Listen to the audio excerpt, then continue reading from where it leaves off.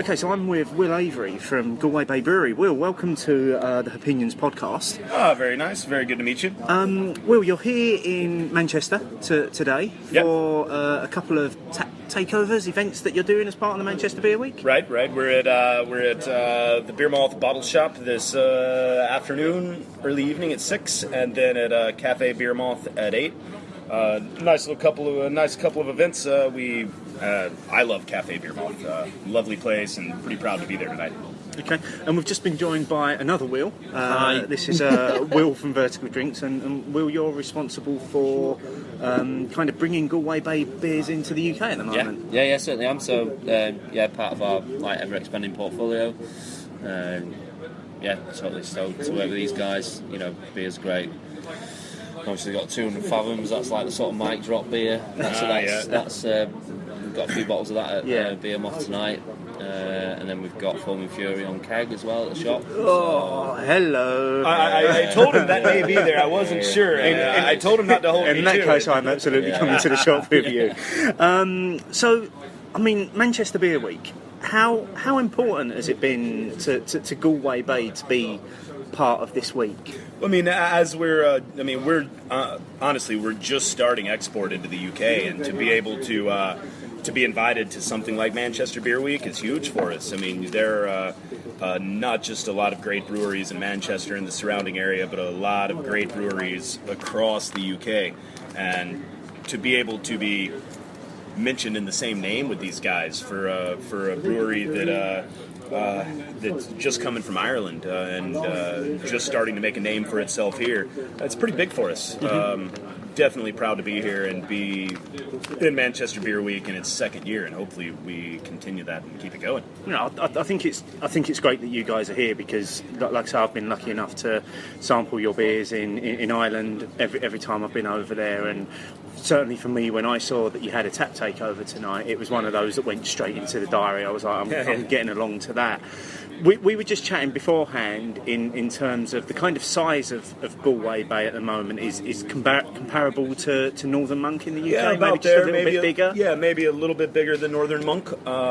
This year we're probably on track for 6,000 or 7,000 hectoliters.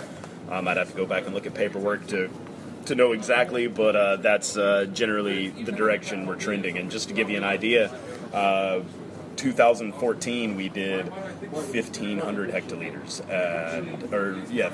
1500. 15 we did about 2,500. 16 was just under 5,000, and then this year hopefully 6 or 7.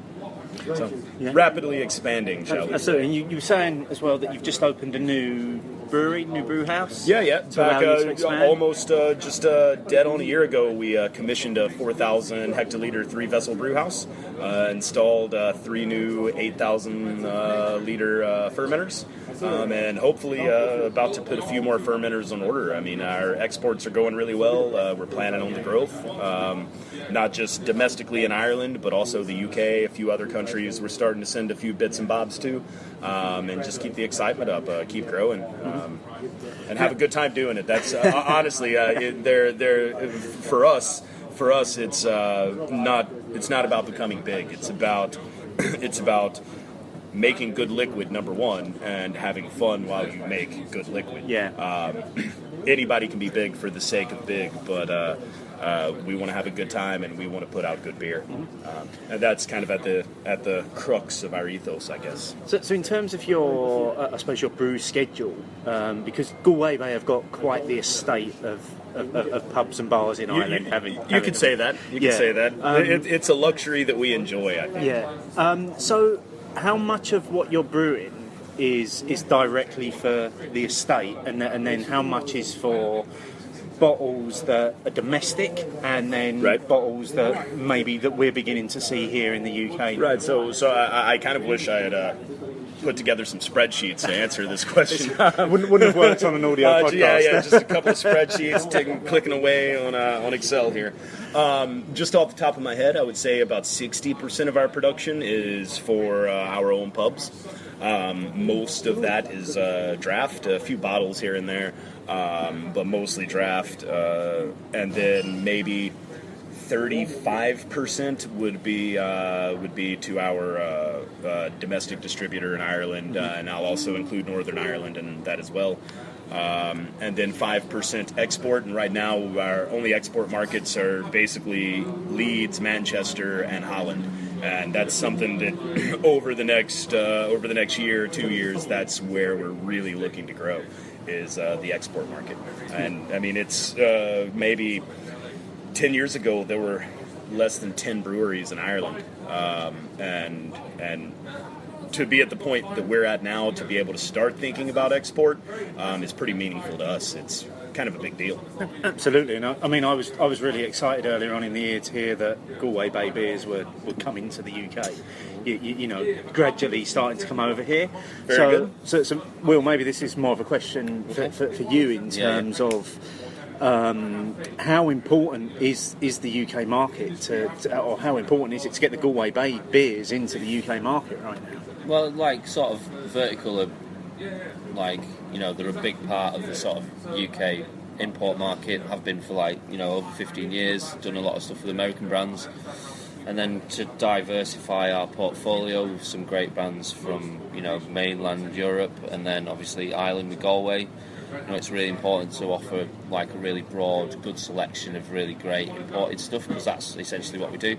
There's a lot of distributors that are, you know, generally like UK based, but we've been importing, and we were sort of one of the old dogs at that. So, you know, to bring in beers like Galway, you know, it adds like a sort of nice little cherry onto our portfolio. Mm-hmm. We're like, you know, we're bringing some of the best stuff, you know, from international brewers. Yeah. And it, you know, it creates a really good like USP for us as a distributor, and you know, it allows us to get into the, you know, really high-end bars in the UK. Like, you know, we're sat in Port Street. Obviously, we're doing a gig at Beermoth in a bit. So, you know, these guys, you know, they're top of the game. So we want to bring in products that are, you know, the same sort of top of their game, I guess. So, yeah. You know, and really that's only a fairly recent thing as well, isn't it? Because I was lucky enough to be in Leeds the day after you had done a takeover at Friends of Ham. Yeah. And wandered in there at lunchtime and had probably the booziest lunchtime I'd ever had, because I went for a Foam and Fury and 200 Fathoms combo at lunch. Yeah. So there's nothing wrong with that, man. There was what no day of work. the week was it? There was no What work day of done the that week was afternoon. It was Tuesday. That's fine. That's all right. That's fine. Like, You're sorted. by 8 o'clock. Yeah, you're in bed early. That's a very responsible day as far Yeah. as I'm concerned. Yeah. And just speaking to what Will was talking about, as far as the portfolio that we're on, I mean, we're in the same catalog with some of the masterminds of craft beer. I mean, the first craft beer I ever had was Sierra Nevada Celebration Ale, and to be like side by side with those guys, with the guys that changed my life, and the guys that made a beer where I was like, do I have to watch my language? No. Oh, no, yeah. The guy, okay, I don't have to watch my language. No, Very go for good. Well, the guys where I drank a beer and I said, "Holy shit, that's amazing. That is something different." Now to have beers that the company that I work for make, to be in that same portfolio is huge. Not just for me as a person and like where I came from, but for the beer we make, just to be in the same breath. And then other small brewers, Dry and Bitter, who are doing absolutely fantastic beer, to just be in the same group of like-minded people that really just, at the end of the day, want to make good beer and sell good beer. Yeah. Now, Will, obviously, you don't sound like you're originally from Ireland. Really? I've never heard that. Never heard that. Tell us a little bit about your history in brewing and how you came to be at Galway Bay. Well, first of all, I owe pretty much everything to my extraordinarily patient wife, who about 11 years ago, maybe 12 years ago, I forget, allowed me to convince her that I would save money on beer by making it myself. And I really hope there are I really hope there are no homebrewers' wives listening to this podcast, because it's a complete and total lie. You'll never save money making your own beer. You're just going to go deeper into the rabbit hole of home brewing and keep buying newer, fancier things. But no, so I started home brewing. My wife allowed me to spend a lot of money doing it.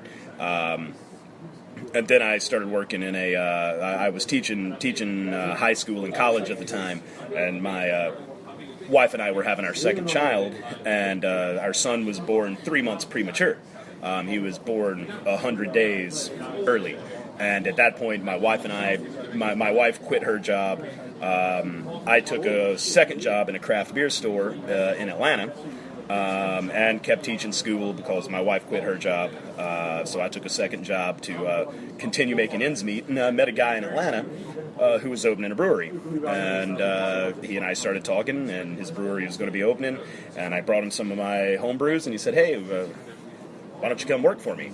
And so I went and worked for him, and I worked my way up to being head brewer at that brewery, Burnt Hickory Brewery, doing fantastic stuff still in Atlanta. At one point was rated the highest brewery in Georgia. So worked my way up there, and then met Chris Traynor, the former head brewer at Galway Bay. He and I became friends, and then last winter 2016, he decided to take a job in Switzerland and contacted me to take over the gig at Galway Bay. And the way I viewed it is I'm 35 years old, and I've got 2 kids and a wife who all love to be adventurous. Why not do it? You know, like my kids were 7 and 4 at the time, and like you think about it and you say, well, if they get any older, you can't really make a move like this. Like, it was kind of the right place, right time kind of situation. Yeah. And took advantage of it. Loaded everybody up in a Boeing aircraft, and a couple of cats and some in crates, and flew over and arrived in Ireland. Yeah, that's and the rest is history, as they say. Well, so coming into an already established brewery as a new head brewer, did you kind of want to make your own mark on some of the beers? Have you made any drastic changes to recipes, that sort of thing? I wouldn't say we've made drastic changes. We've made small changes here or there. We've updated Foam and Fury a little bit, which is kind of the, I guess, if there is such a thing, the quintessential Irish double IPA. You'll get to taste it tonight. I think you're going to like it. It's probably in one of my top 5 beers of all time, to be honest. There's a huge shout out to Chris, my predecessor, in that. Then. So we'll taste that tonight. Hopefully you'll give an update on your review, and hopefully it moves into the top 4 beers. Yeah, top 2. One step up. It would be if I could get hold of it more regularly. That's the thing. Talk to this guy here. But then other than that, we've introduced a new session IPA, Althea. That's I felt was a gap in the Galway Bay portfolio, a beer that is a everyday drinker kind of thing, something that you can put down 5 or 6 pints of. Because even when you look at it, our flagship IPA full sale is 5.8%, and like you have 4 pints of a 5.8% beer, and like you're done. Like you got to start feeling it. You're done. Like absolutely. I mean, you're going to wake up to the fear the next day. Yeah. So wanted to take it down a notch, use some nice American hops, Citra Amarillo, a little bit of flaked oats in the malt profile to round it out. So other than that, there haven't been a lot of drastic changes to recipes. A few tweaks here and there, and our head brewer, Tom Delaney, is absolutely doing a fantastic job of rounding that out and tweaking every recipe and making everything absolutely perfect.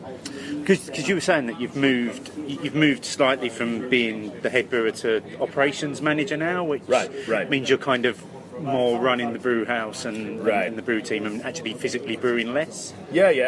It's something, and we're when we're looking at our growth projections and trying to build relationships internationally, that kind of people were being spread a little thin, I guess, and we weren't necessarily focusing on not everyone was focusing on what they needed to focus on. And the team was getting spread a little tight, and so we've decided recently to our lead brewer, Tom, who I just mentioned, is taking over the duties of head brewer and overseeing day-to-day production of liquid, recipe development, all that jazz, and then I am moving into more of a role of operations manager. And I mean, when you're looking at a brewery that's going to push 7,000 heck of beer this year, I mean, which frankly isn't that much, but still you've got to have defined roles, and you've got to have the best people in each position to make that happen, to facilitate growth, facilitate quality, facilitate sales, and move forward and make, like I said earlier, make great beer and do it well. So in terms of the future, both domestically and internationally as well, so start with internationally first. Yeah. Is the intention to try and bring more Galway Bay beer to the UK? Do you think there's a gap in market? Because let's be honest, the UK, I hate using the word, but the UK craft market is quite a crowded place right now. Yeah. Do you think that there's appetite for new beers from elsewhere? I would say, because we're still, the UK is still a conversion market. We're still only like 4% of drinkers who drink sort of more specialty beers, I guess. And each sort of 0.5% from the big lads, makes room for 20 or 30 smaller brewers to bring 1,000 hectare a year over. So more people are getting into decent beer. It's still a really good conversion market, so the more interesting products we bring in, I would say, help facilitate not only growth of domestic brewers, but growth in sort of internationals. So like Galway, the more stuff we do in the UK, the higher volume pushes through, and we're still not taking that much away from the big guys. And the specialist retailers, have absolutely flourished in the last, say, 5 years. Since I started working with beer in Manchester, we've gone from one sort of specialist beer bar to maybe a dozen, and it's also changed with the amount of breweries as well. So there's definitely room, I would say, for it is a crowded market, I would say, in the craft circles, but that's ever expanding. Yeah. So there's the middle market now that's becoming a really important thing for pushing good beer and pushing good volume. Because that's there's not an infinite amount of space, but there's a lot more than the sort of current circles, I would say. Again, going back to offering amazing products to drinkers who are getting into more specialty beers, and that would be a complete conversion, so they'll move away from the big lads and then drink more sort of speciality. So it's important. And domestically, what are the future plans for? As far as domestically for us in Ireland, we're actually opening a new pub on Tuesday in Limerick.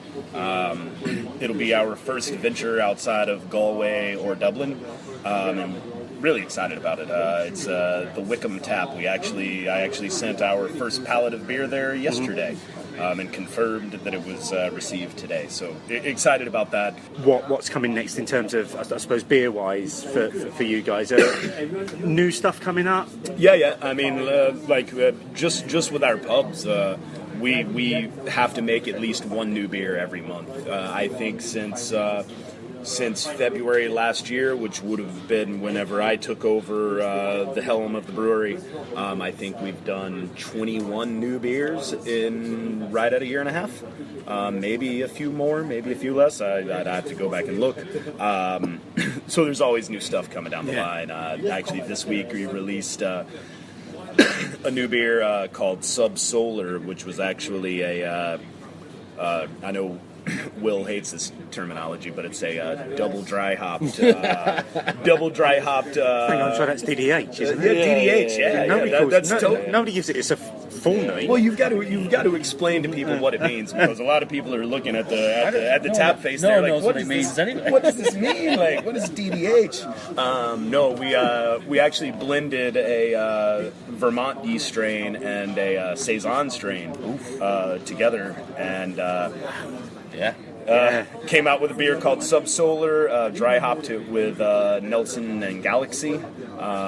Nice beer. We'll see how it goes over in Ireland, maybe get a few kegs over here. So that's coming, and then we've actually just started the beginnings of a fairly substantial mixed fermentation project. Hopefully putting a couple of fooders on order over the next month or so. And go from there. We kind of our identity is we've always been kind of the trailblazers in Irish craft beer, and the people who are hoping to lead the charge in the Republic, and just continue that rather than rest on your laurels and do what you've always done. Continue pushing forward.